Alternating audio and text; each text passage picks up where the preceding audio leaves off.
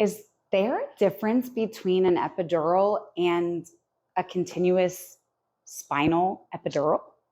So an epidural is really a type of regional anesthesia. Regional anesthesia is amazing because it can, number one, block the pain receptors in the body, but it doesn't have you go under or lose consciousness. And that's the reason why we want women, while they're delivering, to have a regional anesthetic like an epidural, because we want them to still be able to use their legs. Now, they're not going to be as strong. That's why we can't have you get up out of the bed, but you can still participate in it without losing consciousness. So again, we're able to block the pain receptors from about your nipples-ish down, and we can only take away pain. Pressure is not pain. And epidural, even though we can push medication through there, we want to make sure that nobody pushes anything except for the medications that we choose.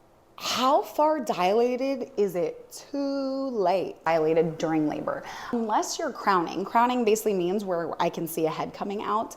I can do it, right? So again, what we can do is we do an epidural, but we can actually also do what's called a combined epidural. That is also a spinal. So we use two different types of needles inside of the actual same one. So no two pokes, same exact one, where we're able to give your cerebral spinal fluid, which is basically what talks to your brain and your back and tells you whether or not you're having contraction pain. Yeah, well, we're able to stop that, which is amazing. The only difference is we give pain medication through there and we're actually able to communicate with it. And then we load everything else, which is local anesthetic, up to keep you nice and numb throughout so that you don't feel those contractions. If you are pregnant or having a baby, you need to grab a NoMo Nausea band right now. More than likely, they actually already have it at the hospitals because it stops 80% of people from puking in 30 seconds. So go grab